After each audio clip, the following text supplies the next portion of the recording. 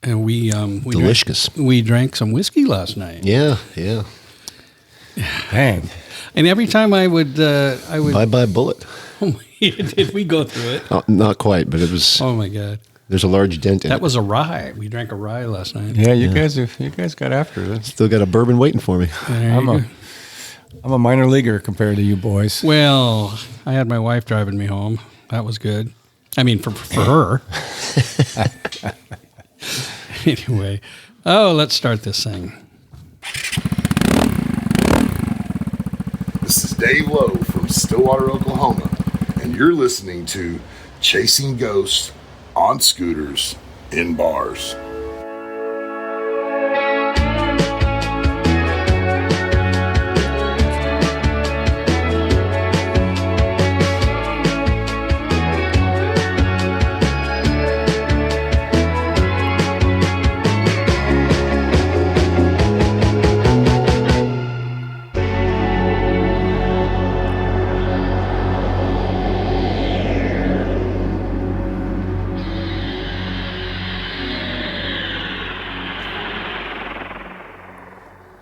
Chasing Ghosts on Scooters in Bars. The podcast that blends the COVID-safe scooter lifestyle with a twist to the paranormal over a cool cocktail. You know, we've all had our shots. One of yeah. Hey, how about that? Scratch that. And we're still going to get our vaccines too. So join our crew for our adventures in the afterlife as we haunt classic pubs, dive bars, patios, parking lots, and garages on our scooters looking for the perfect drink and a spooky story. This isn't smart or safe, but it's really fun. And welcome to episode 52. Wow. And this one's called Heavy Social Drinker. I see a story here. What's the title about this time? Well, nothing about what's in the notes for the podcast, but I recently got my annual physical. Oh, that's an adventure. How many rubber gloves do they have to go through? Dr. Cindy. Now, I guess what they're doing because of COVID is that they're doing a questionnaire and analysis that I've never been hit with before, and they usually ask how much alcohol to use. I mean, it's a question, but this was like multiple questions. Also included illegal drug use. And alcohol's legal. Why did they ask about? And he goes, I don't care about legal drugs. Nurse was a dude and my doctor's a lady. I don't care about the legal drugs, but how about any illegal drugs? I'm like, why would I tell you that? But I was at a party recently, and it was like we're a throwback to the 1980s. So how many times do you use crack? 3 times a week? Yeah, right. But they then did this questionnaire on alcohol. I decided to be honest about it. I said, okay, there was your first mistake. I know, because we always minimize, right?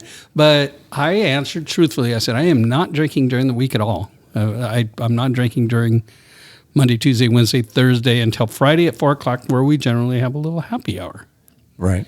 And they go, okay, how many drinks on the weekend? Oh, boy. Well, I got some making up to do. One on Friday, and it doesn't stop till Sunday night. I said maybe 3 or 4, drinks on a Saturday. And how about Sunday? Well, 3 or 4. I mean, if I'm podcasting, 5 or 6. And this male nurse dude, Noah, looks at me and he goes, You're a level 4. You're a high risk. Whoa. And I'm like, what? And he walked out and I flipped him off. He couldn't see it. His back was to me.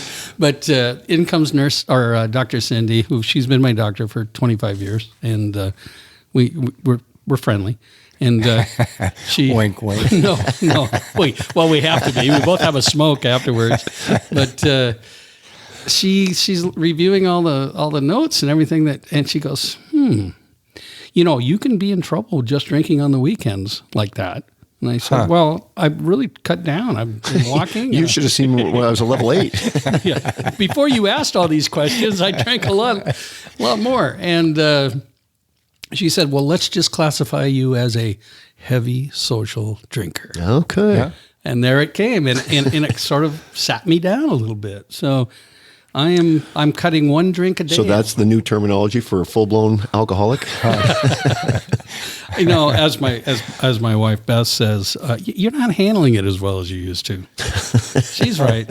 I think we should put some initials on our bikes or whatever. HSD, heavy social drink. I like it. I like it. Anyway, we got a pretty cool podcast set up for today. I'm pretty excited about it. Before we get there, though, what's been going on with you guys?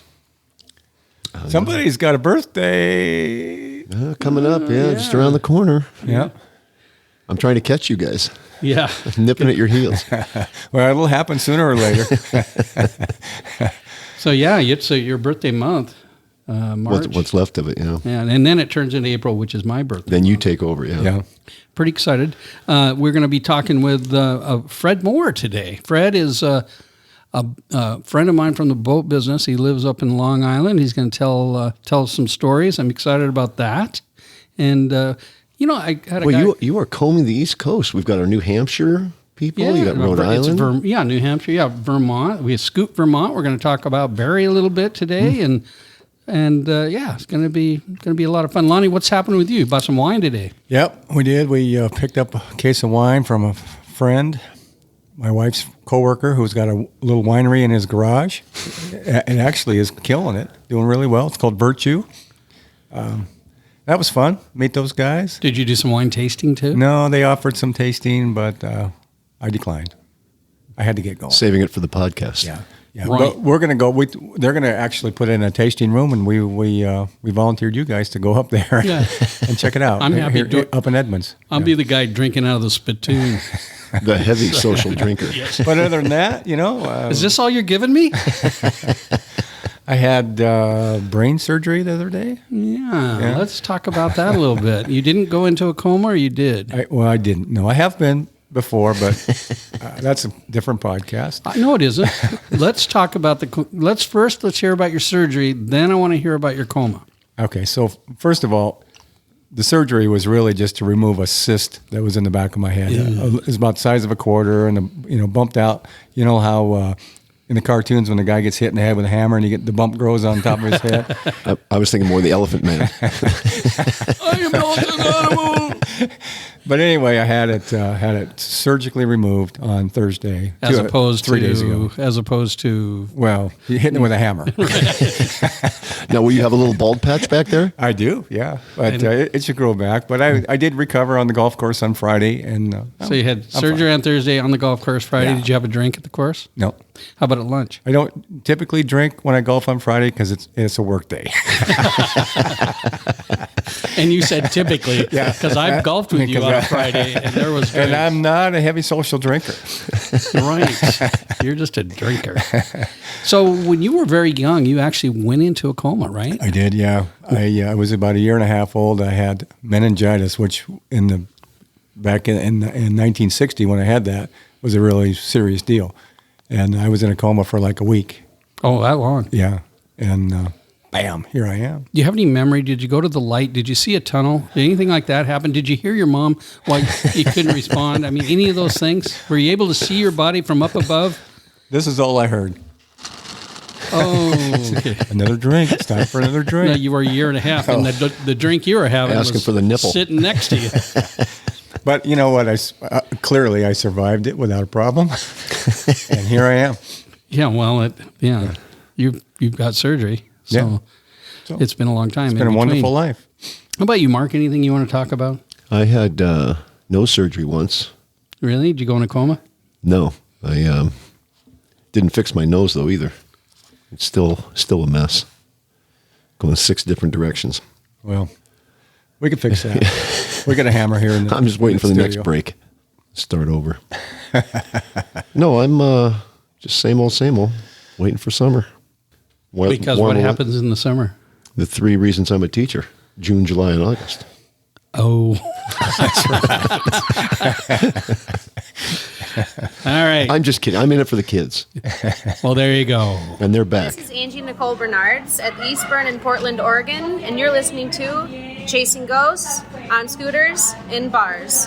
Hi, Lizard. Oh, a shout out. Hey. That doesn't happen very often. No, she liked you. There's a picture with me with her, though, on Instagram. Just go to our Instagram page, which is Another forced Chasing photograph Ghosts where you Pod. force yourself That's into a Facebook. picture. Yes.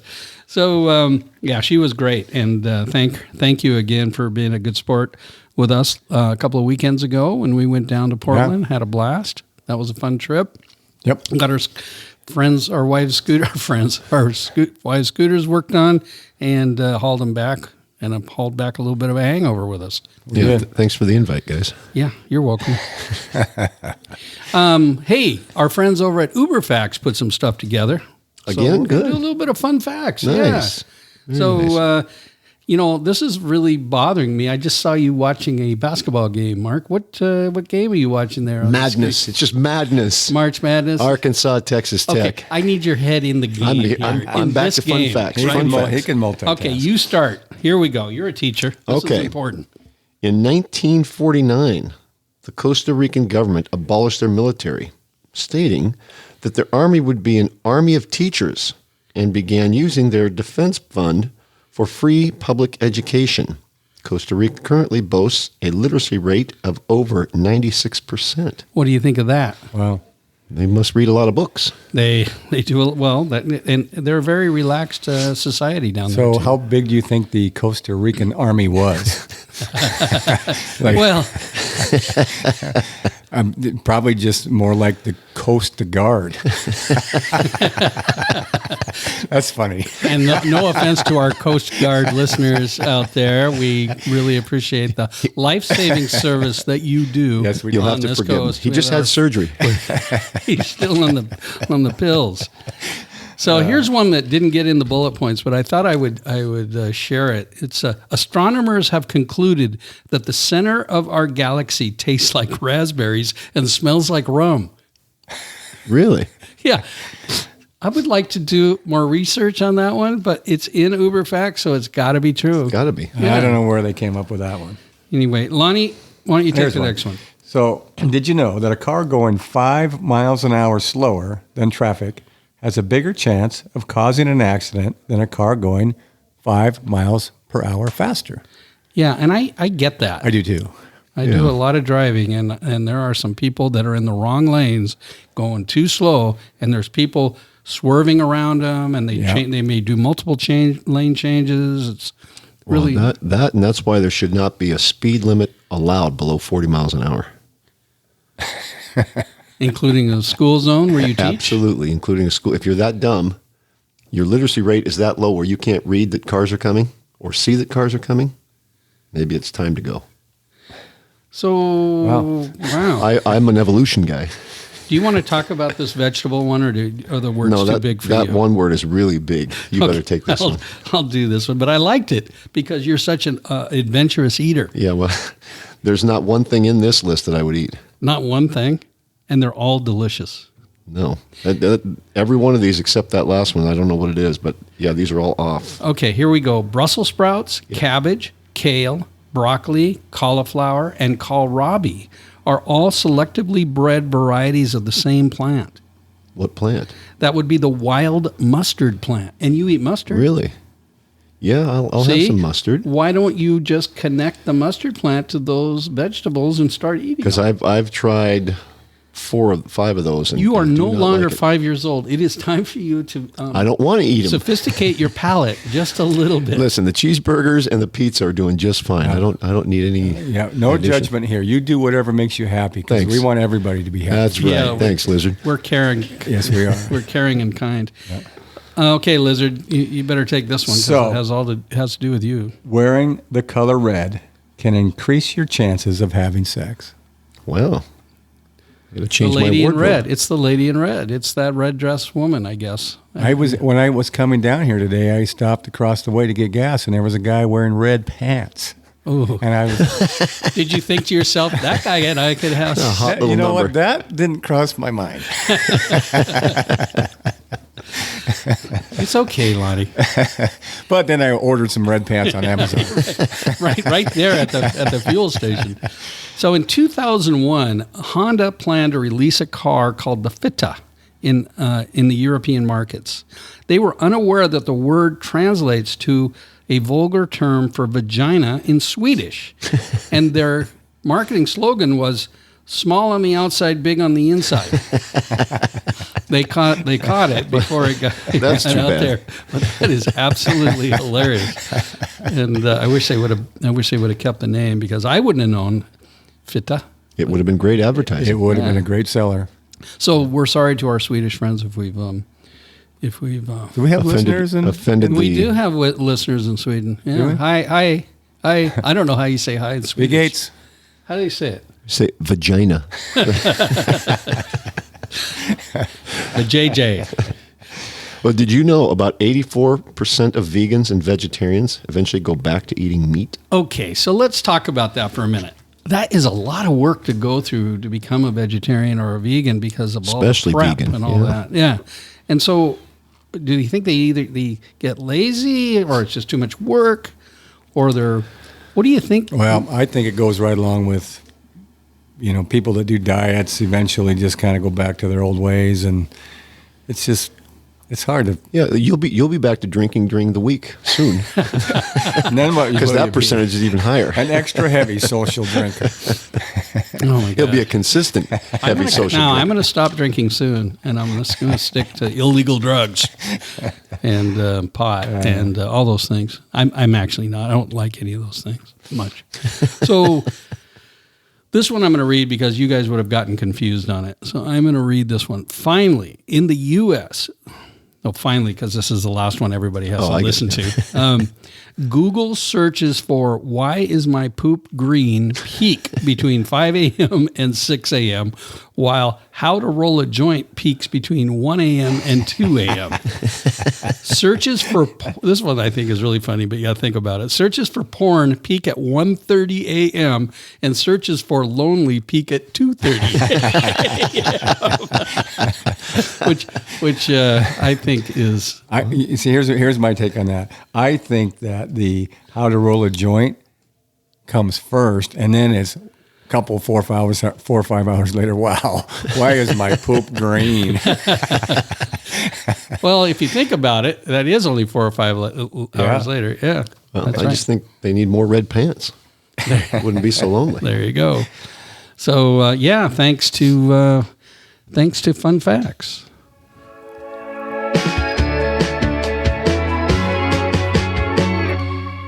Hey, Mark, what Well- comes after Fun Facts? It's time for Scooter news. Scooter News. Scooter news. Oh.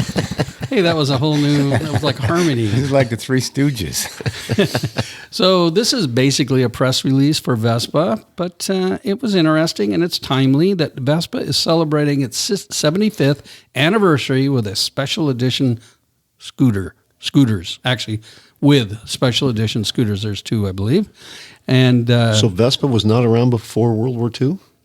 no, actually, if and I'm sure we'll get corrected out there, but Italy wasn't allowed to build airplanes after World War II for a while because of some agreement. the You're the Allies, history yeah, the teacher. Allies. So they took the airplane factories and turned them into scooter factories. The guy designed the Vespa, and and that's why the tolerances are so high on those, because they're airplane engine tolerances. So there you go about Vespa. There's a little fun fact. That would explain the Wow. little barf bag on my scooter.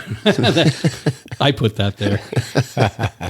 So Piaggio is celebrating 75 years of its existence in the global automotive markets by introducing a new special edition models of its subsidiary brand of Vespa scooters. The Italian automaker, why do they call it an automaker? I guess maybe they build cars. Who knows? Has revealed 2, I thought they were motorcycles, 2 special edition variants based on the GTS and the Primavera, and it's been named the 75th anniversary. Huh. They'll be available on the 125, they say here, and 300. Oh, this is because I picked this up from in India, from one of their websites there that had put this on there. It would be 150 and 300 here in the United States. Anyway, they'll be on sale throughout the whole year, and they feature updated cosmetics which make them unique. Otherwise, they're similar to the regular models.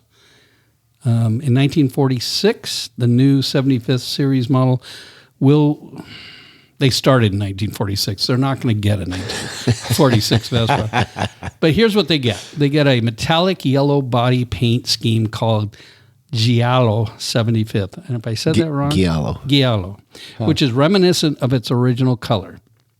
Side body panels and front mudguards flaunt, does it flaunt the number 75 in a slightly darker shade of the same color. It also gets special badging on the front glove box displaying the brand's name and its years of 75 years of existence. You going to get one? The scooter also receives a signature Vespa tie recolored in opaque pyrite. How do you say that word, Mark? Pirate? Yellow at the front apron. Why don't you just put the number 75 on your scooter? I'm going to just get a rattle can and spray it right on there. In addition, the special edition also gets a chrome-laced rear luggage rack that houses a large circular leather bag and mimics a spare wheel holder. Now you're talking. The bag is also made of nubuck leather of the same color as the scooter's saddle and comes with a quick-release mechanism, and that's kind of cool. Quick release. I need that. In terms of features, both special models in the 75 series are equipped with the digital TFT color display. Oh, I got that. Yeah. Smartphone connectivity. And in order to make it a special experience for buyers, each scooter in this special edition range will be offered with a welcome kit, which consists of an Italian silk scarf. Remember when got us all those scarves that we had to wear on one of our rides? And we were all worried they're going to get caught up in the wheels and we were going to die, get beheaded. Personalized owner's book, a vintage steel Vespa plate, and 8 collector postcards signifying the 8 decades of Vespa history. And all that's yours for just an additional $2,000. Probably. Did you get a price? No, I don't think so. No, I think it's free. Andrew. Yeah, let's get Andrew on the horn. Let's find this out. And, since I took this off in an Indian, I guess is what you say, East Indian website, I should probably give him credit for this. So thank you. Can't remember who it was, but I'll post it in the notes. We have a lot of listeners in India. We do. Hi. Vagina. Wear some red pants.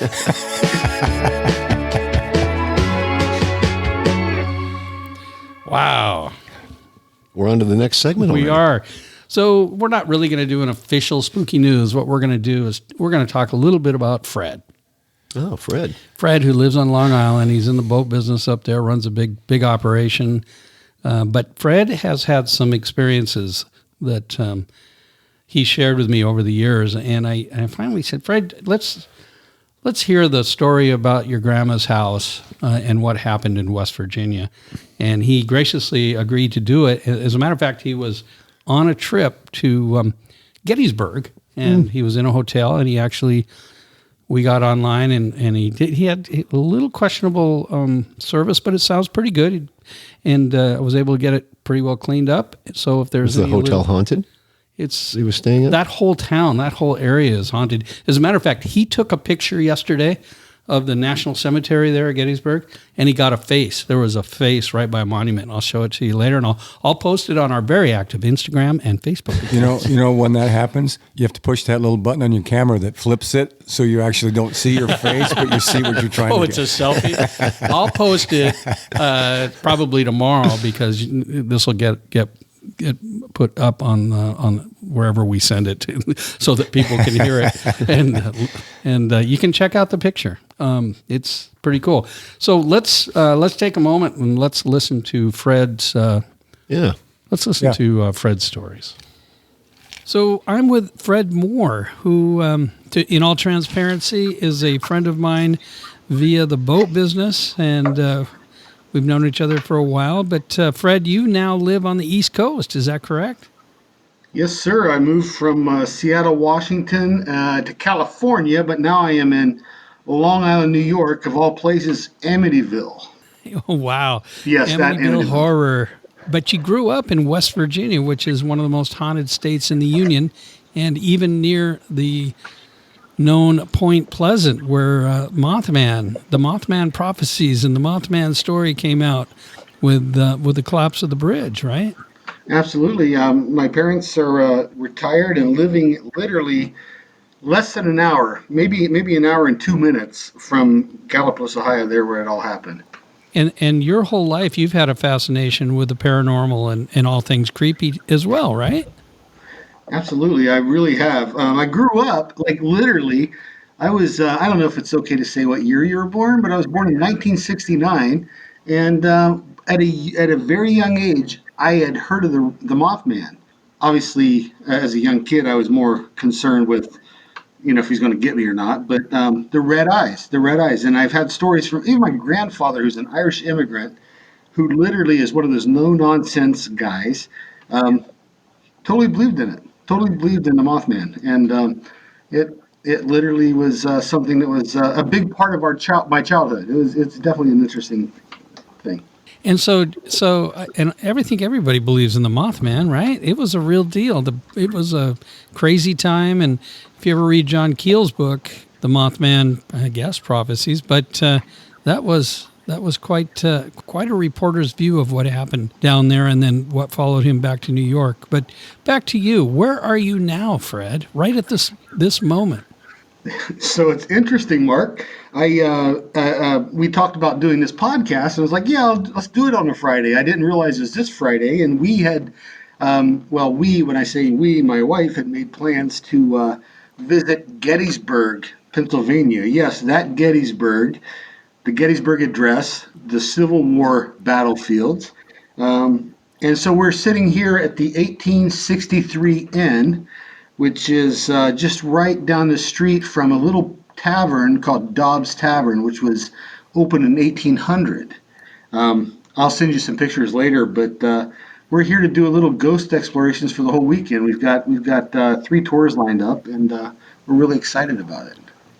Oh man, you got 3 of them. You're lining it up. That's great. Oh yeah.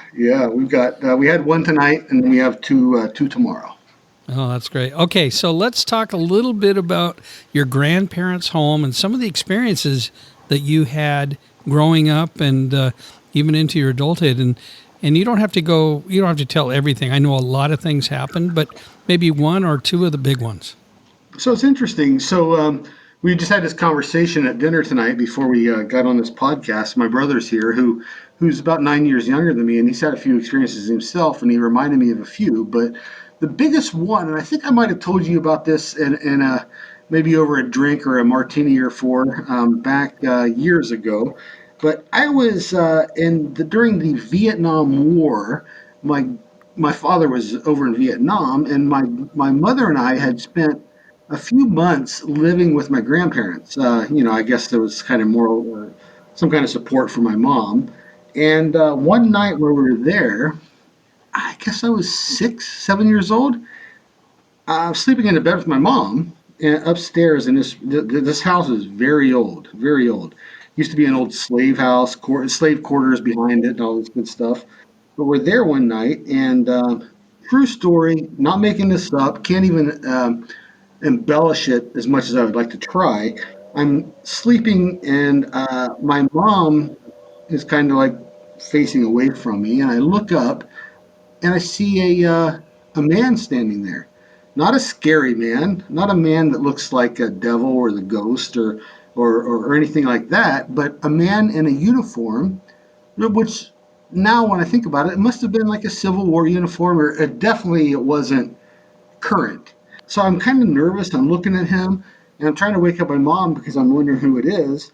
And this gentleman literally comes over and picks me up. I am not joking.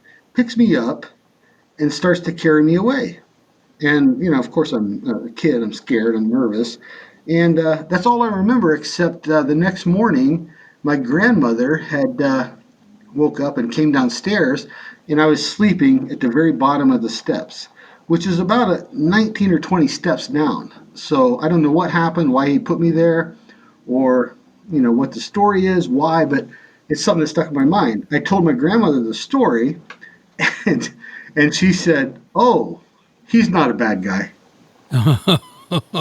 And without getting crass or anything, maybe she'd seen him in her bedroom too. Well, it's funny because it's supposedly there's a few ghosts that surround that area. So to be clear, what happened? This home, it's hard to imagine in today's world, but this home was built probably in the 1700s. However, it wasn't at the location where my grandparents' property was originally. This home was bought by my grandparents, like, I don't know, it was an auction back in the day, but this home in a big flood had literally floated for the most part down the Ohio River and stopped somewhere along the shoreline where it couldn't go any further. And I don't know, the 1950s, they had the highest bid, and they had the home moved to their property that they had purchased and set there. So no one knows where that home really actually came from before they put it in the current situation. Well, it's not even there anymore, but where it was at the time. Wow, no kidding. You never told me that part of the story. That's cool. Yeah, it was. I kind of knew that part, but it didn't seem like a big part of the story back then. Over a couple martinis. But my brother was talking about it, and tonight at that little bar that we were at, the little tavern. And so we called my dad, and we were talking about it a little bit. And so he was kind of giving us a little more details on just what that was all about. So that soldier that you may have seen or did see that carried you down the stairs, would he have been Union or the Southern a rebel? So what's funny is I think he was a Union soldier. I think he was a Union soldier. So a lot of people don't realize that West Virginia actually has a very rich history. Not just so people think that the movie The Deliverance was West Virginia. That was actually Georgia. People think that West Virginia is kind of one of those states that's it's definitely a poor state. But West Virginia was actually founded because they wanted to split from the Confederacy. So I don't know if I know you're familiar with the story of John Brown, the abolitionist. Well, I've certainly heard of it, but I couldn't quote the actual story with an ending. Well, so John Brown was an abolitionist who was totally anti-slavery. Happened to be a West Virginian. He was found guilty of trying to help slaves escape the Confederacy back in the day through the Underground Railroad, and he had put together a compound, if you will, to fight the Confederates, and was actually hanged and in West Virginia. And he's a West Virginian, so there's some really really cool stories about maybe the hauntings of John Brown as well. I'd highly recommend your listeners kind of look into that. It's very interesting. So let's go back to the house that you don't know where it came from. It landed on the shores on the Ohio River somewhere in West Virginia. Maybe it was John Brown's house.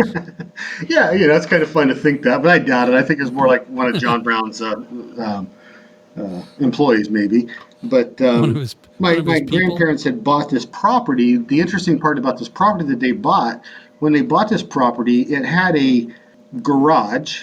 When I say garage, it was actually a carriage house from back in the day, and it had a wash house. So this is a separate building that's actually, when I was a kid, when they lived there, they actually had a washer and dryer in there. But at the time, that was when they used to, when that home was built, that place was built, that was they had a big old tub of water that they heated water up. There was a fountain pump right next to it, and that's where the people bathed. So it wasn't even part of a house. So they bought the home, and it was kind of like they bought the property, and it was kind of like the carriage house was converted into a home until they found their dream home floating down the Ohio River. And had it moved up to the property. How far from the river do they live? Right across the road, I guess, in 300 yards. Oh, no kidding! All right, so they put it on some skids and hauled it up. This was in the late 50s, so I'm assuming they did something. Some kind of skid. Well, they didn't chopper it in, that's for sure, right? Yeah, absolutely. So what else happened at that while you were there? What other significant story happened to you? So there was a time. This is like another thing you can't embellish. It was literally a two-story home. It was like a salt box pillar kind of home, if you will. Looking in the backyard, up on the very top bedroom, looking into the backyard where you could see the wash house. If you look at the right window in the corner window, you could see the old carriage house. There was a time that I was there with my cousin, and we were spending the night, listening to music. I guess it was like Eurythmics. The new album came out, and we're sitting there listening to it. We look out the window, and it's dark. There's nothing there except a lantern, like a light, floating from the carriage house to the wash house. To the wash house. It was. We looked at it. We're like, what is that? Is that a lightning bug? That's what we call them in West Virginia, lightning bugs, fireflies, or whatever. But it was way too big for that. And of course, we're nervous about it. Woke up our grandma, and we call her grandma, and she said, "Oh, we call her Susie. She's just going to do the laundry and she's going to hang the clothes." So it was literally my grandmother. God bless her soul. She's passed away since 1991. Was very adamant that she had a relationship, and she was not a. She would probably laugh at your podcast and me talking on this because she's like, they don't want to be talked about. But she really felt that she had a relationship. She had an understanding with who these people were and why they were there. So it's very intriguing. She was a 5'2", 90-pound Irish woman, but she really firmly believed in these people, these spirits. Well, it sounds like she's had. I mean, we would have liked to have her on because I bet you she had experiences all the time. If she knew their name and she knew what they were doing and what was going on, that's cool. I can tell you, it's a funny story. As we was reading this tonight over dinner, was she had told a story. This is not scary at all, but it is definitely intriguing. Is that remember back in the day when families would hang pretty much their entire family portraits on a wall together? There's like grandma, there's great grandpa, great grandma, great, grandma, grandpa, uncles. So there's like 30 pictures. And so she was hanging pictures one day, and she had told me this story when I was an adult after we had talked about, some of the stories that I had felt. She said this is a cute story, but she said that one day she was hanging some pictures on the wall, and she was a short lady, so she was on a step stool, like a three step stool. She was putting a nail in the wall. The phone rang. Obviously, this is before the days of cell phones, so she had to put the hammer down on the top step, walk over to the phone in the other room, answered the phone, talked, came back in, and the hammer wasn't there. So she's like, "Oh, I'm 60 years old at the time or whatever, and I probably left the hammer over there by the phone." So she walks back over by the phone, looks around, it's not there. And she's like, "What in the world is going on?" Goes back, and the hammer's right there where she thought she put it in the first place. And then she said, no joke, she said, a very nice voice, not a scary voice, said, "I got you. Sorry about that." True story. Oh wow, that's great, man! It would be fun to have a conversation with her and just listen to some of her stories. And what's curious is how she got their names, right? How did she get, or did she just decide to give them names? So there's a lot of history behind that. As far as this home was in the families from the 50s until the mid to late 80s, and then actually it was my parents that inherited the home, and they ended up selling it. And now the location is actually a big storage unit. There's storage units all over the place. They ended up selling the property. The house was raised, and now it's a big storage unit. There's many aunts and uncles who are no longer with us today, but they had told me stories of little things. There is nothing horrific that ever happened there. As no one ever felt. I think the most physical, scary thing that ever happened at this place was me getting carried down the steps. Very uncomfortable, I bet. You and your crew ever took a trip to West Virginia? I'm close enough now in New York that I would meet you guys there. We could see the Mothman, see the Mothman Museum. There's a lot of rich supernatural history in the state of West Virginia. Well, I love it when my friends have stories to share on the podcast.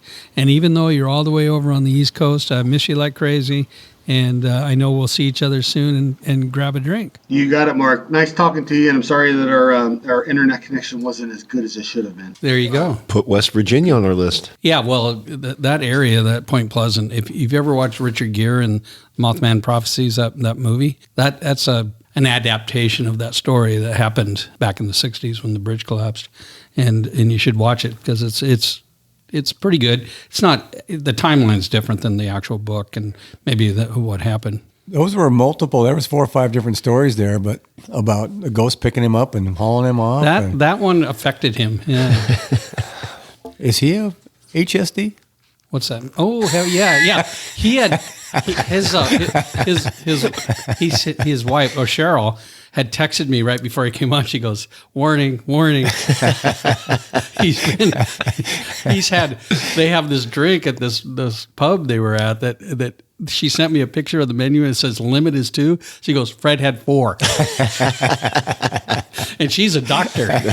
So she qualify. could classify him as a heavy social drinker, heavy metal metal drummer. Those were really great stories. So here's the funny thing is they're in this hotel. His brother Greg was there, and Greg and I didn't record it, but Greg said, "So listen, I'm 9 years younger or whatever he was." He said, I listened to all these ghost stories all these years, and I thought I lived with a bunch of crazy people. I mean, it was just a bunch of BS. And I was at my grandma's, and we were there for some reason. He was going to school, and he says, I was getting ready for school, and I was sitting on my bed, tying my shoes, getting ready to go, and I did not want to go to school. It's just one of those days, and I said to myself, I just don't want to go to school. And this voice in my ear, literally a voice said, then just don't go. And he goes, I ran down the stairs to the bus. I forgot my coat. I forgot everything and stood out there and just shivered. And he goes, I was a believer from that point I sounded like Johnny or Bobby Chong. Yeah, just don't go. Just don't go. And so anyway, it was interesting. He was in this hotel and he was on his laptop, and we had some technical difficulties. This new format I'm using, Riverside FM, thanks at Riverside FM, it picked up all his recording, but I couldn't hear him. Oh. So that's why I was saying, and I spoke at the end there, and I was talking, I couldn't hear any of that, but it recorded up to the cloud, and I did my first double ender. That's what they call that. That's spooky. Yeah, it was. It wasn't your first double ender. Yes, it was. Dirty Sanchez. So anyway, thank you, Fred and Cheryl and Greg, all you guys, and I think you're still having fun over there in Gettysburg and checking it out. And I'll post that picture of the face that he photographed. That was something. There it is. That was Fred.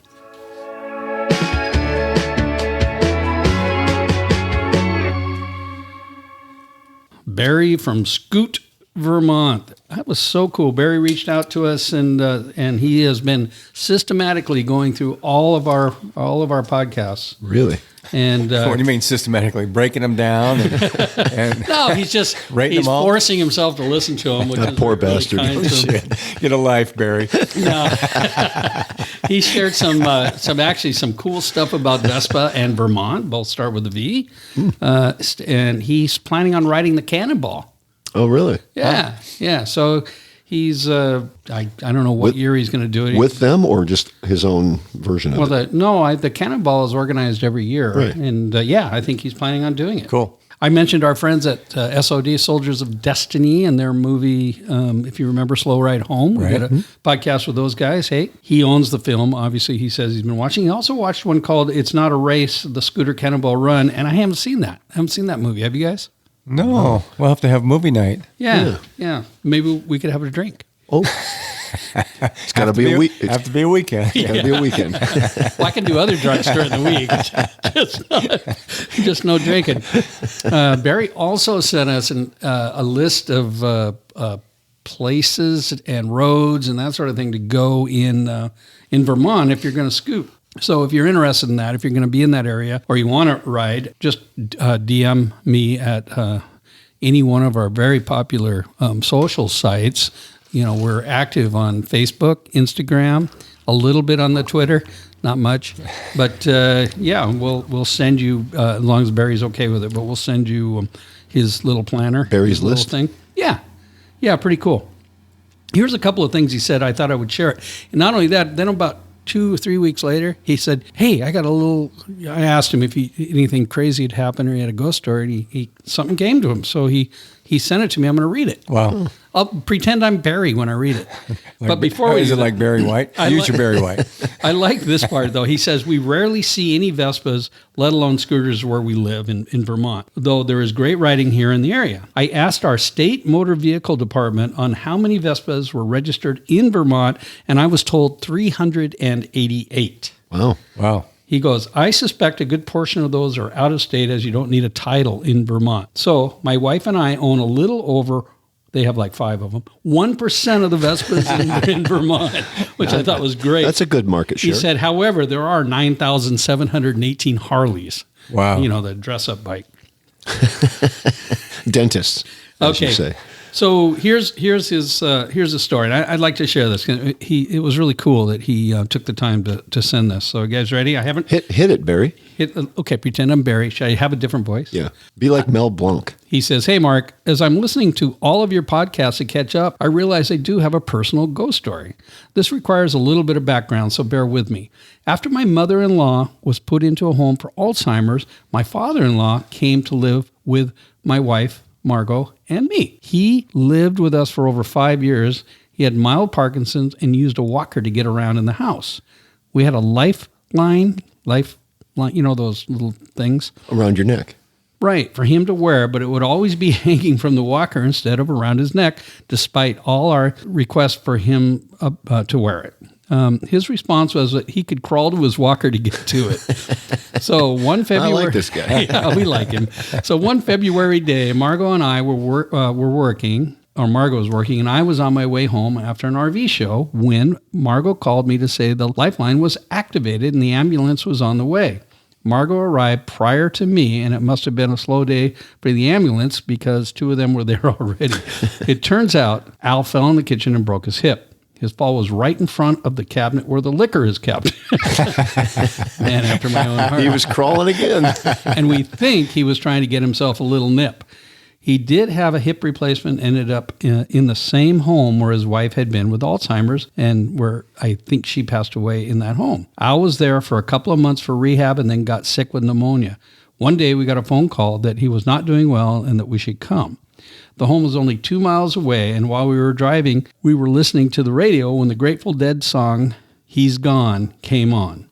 Sure enough, when we arrived, Al had passed. Oh. The room where Al stayed in our house is a spare guest room now, and we keep the door closed to keep the cat out. Every once in a while, we'll go past the room, and the light next to the bed will be on. Neither Margot or I would have been in that room sometimes for days prior to that light being on.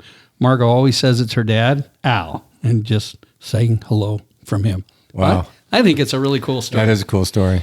And thanks again for sending it. And Al, if you can hear us, happy spring. Keep Careful. crawling, Al. Do not wear it. Put it on your walker.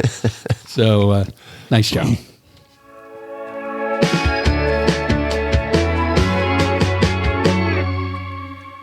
What should people do if they have a cool scooter story? They should probably get a hold of us and share it. Oh, okay. Where did that come from? I was just wondering. You're on the wrong page. You're reading stories about people having stories and stuff, and so I was like, Do you want to share a no, cool I'm story? gonna hold mine off to the very end. The last podcast is when I'm going to share my ghost stories. Do you actually have a ghost story? No, I'll be a ghost. You don't even believe in ghosts. That's right. So It's just me and God. So we have had a couple of rides. Yep. And we have a new rider in our midst, Yeah, We do. Big Daddy. Coach Nevin. Yeah. Big Daddy, yeah. He's got your old scooter. We didn't talk about that on the last podcast, right? We did not. No, I wasn't there last podcast, remember? Right. So yeah, he's got your old scooter. He's the most winningest football coach at Fife ever, right? History, yeah. Yeah. At Fife High School, which is over 100 years old. So congratulations, Coach Nevin. It's great to have him. He's a really good dude. And he bought a round. Do you remember? He did. Yeah, that Well, was it's nice. Initiation. So we, Well, that's not all of it. he's not done crying it. out loud. What do they call it? He's a prospect, right? He's That's got right. that name on the back. So we took a ride to the Forum. We Yeah. went down there, and he met Gallup, us. yeah. And then we went, if we remember, we went to a new bar, That's right. the Home Plate, up on Sprague Avenue in Tacoma. The Home Oh, Plate that's right. Tavern. That Yeah. is a neighborhood tavern. Yeah, They were nice people, but Yeah, the no, front door was locked. that's right. That's We right. couldn't get in. And But there were people inside. Right. Well, we didn't see the people. We called them, and we could hear people. It was like, "Hey, we're parked outside." Oh, I didn't unlock the door. Oh, shoot, sorry. And what was it, like 3 in the afternoon, place 2 in the was afternoon? We walk in, not a chair. We couldn't even sit in the regular bar. Nobody Yeah, obviously used the front door. They come in, they park in the back, and they come in. But hello to everybody at the Home Plate. And, Remember that Home Run. bartender was a Home really Run. good dude. Bartender he was a great guy. Yeah. Yeah. And it was a Home Run or Home Plate. I think it's Home plate. home plate. Yeah. Yeah. We also then rolled over. At this point, we'd been to a few bars. We ended up at Irish bar called O'Malley's on 6th Avenue in the 6th Avenue Business District. You did. I did. Yeah, the rest of us went home. You had a family reunion there. Penn Dominono joined me. Yeah, he did. And Bobby, right? Bobby's daughter Yeah. came, and Mark, her husband. Right. So yeah, there was a good representation there. It was nice, and it was a good bar. Yeah. I don't go to that one. I've been to it one time a long time ago, and I hadn't been to it before. But we also went some other places. Where'd we go? That was a different ride. We had another ride, and you brought that up. The other day when we rode from the mill here down to Dave's and back. Yeah, we had big plans that day, but We went further than Dave's. We That went was the down to day that you valley. got your my shot- COVID, your I had to wait shot. in line. Yeah, so I had a drink and then had to go wait in line for COVID. And then you guys, I was going to meet you guys, but you guys made it about a half mile down the road. Well, we were being considerate. Oh, very nice. Yeah, that's when I walked into a double shot of whiskey. Oh, the Jamesons, or whatever that was. That's right. That was perfect timing. That was a shot. Yeah, and then of course we called you an Uber Yep. and sent you home. No, that's when we went to the chalet after that. Oh, the And chalet and Chicken had and fried Joe's. Yeah. chicken. Yeah. That's right. And then on the bumpies. On the way oh, home. we yeah. went to Bumpy's too. Yeah. Yeah. See, when I get reminded of some places that we go, we actually posted a picture of us at Bumpy's, which we? was closed for almost a year, right? They reopened. They put a big tent. I think on. 6 months. They've been open for a while. That's a cool little bar. I like that spot. Yeah. If you can get a place inside. Outside's kind of bland on a Yeah. picnic table. Yeah. But the inside's cool. It's about as big as a 2-car garage. shoebox. Yeah. And then we brought it up earlier, but you and I and Bobby Chong, we went to Portland. And That's not good radio when you say you and I. The people don't know who you're looking at right now. Lonnie, Blizzard and I went down to Portland with Bobby Chong. We did. And we got scooters worked on, which we talked about. And, Right. and we went to Eastburn twice. Yes, we did.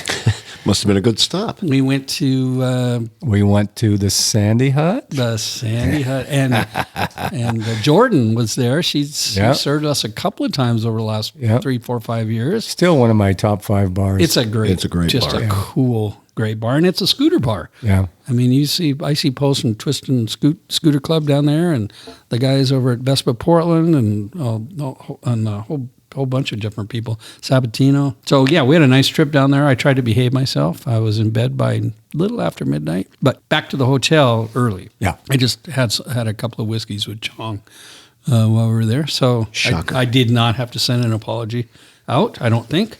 Unless somebody gets a hold of me after the And you remember where we stopped on the way home? We stopped at a McMiniman's on the river in Kalama.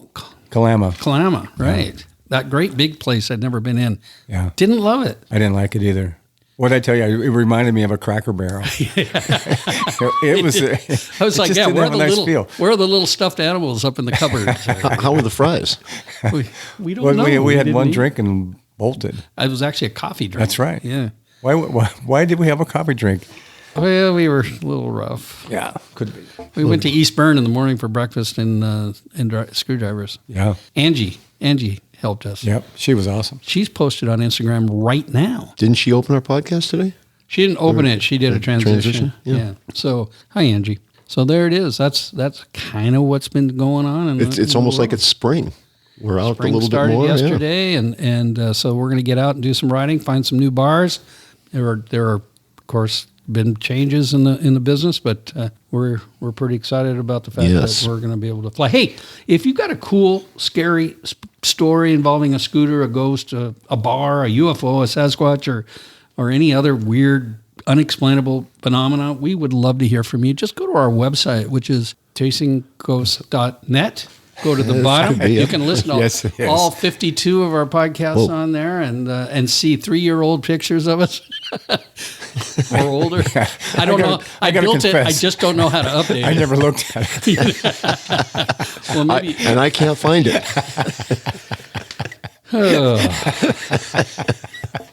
But it's really, really good. we're It's- trying. It's good. Yeah. Go to Chasing. just put in Scooters, Ghosts, and Bars. You can find any of our The number sites. one podcast in the world featuring scooters, ghosts, and bars. It is number one. Yeah. So, Thank you, India. yeah.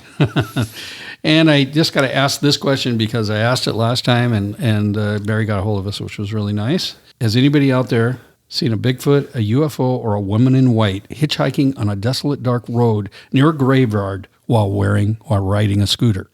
If In you red have- pants. In red. Or a dead dog. Or in red pants. And a reminder that we are now on Audible, the book site. Wow. And all, Did you know Costa Rica might have a chance at reading that? 96% literacy. that's good. Hopefully they will. So keep your head on a swivel. The Is this rubber it? side We're done? down. Yeah, we're gonna be done. All right. We're gonna say thank you. On to our- 53. Thank you to Fred, and thank you to Barry, and Yeah. thank you Yeah, to great you stories. for listening and playing. Playing along.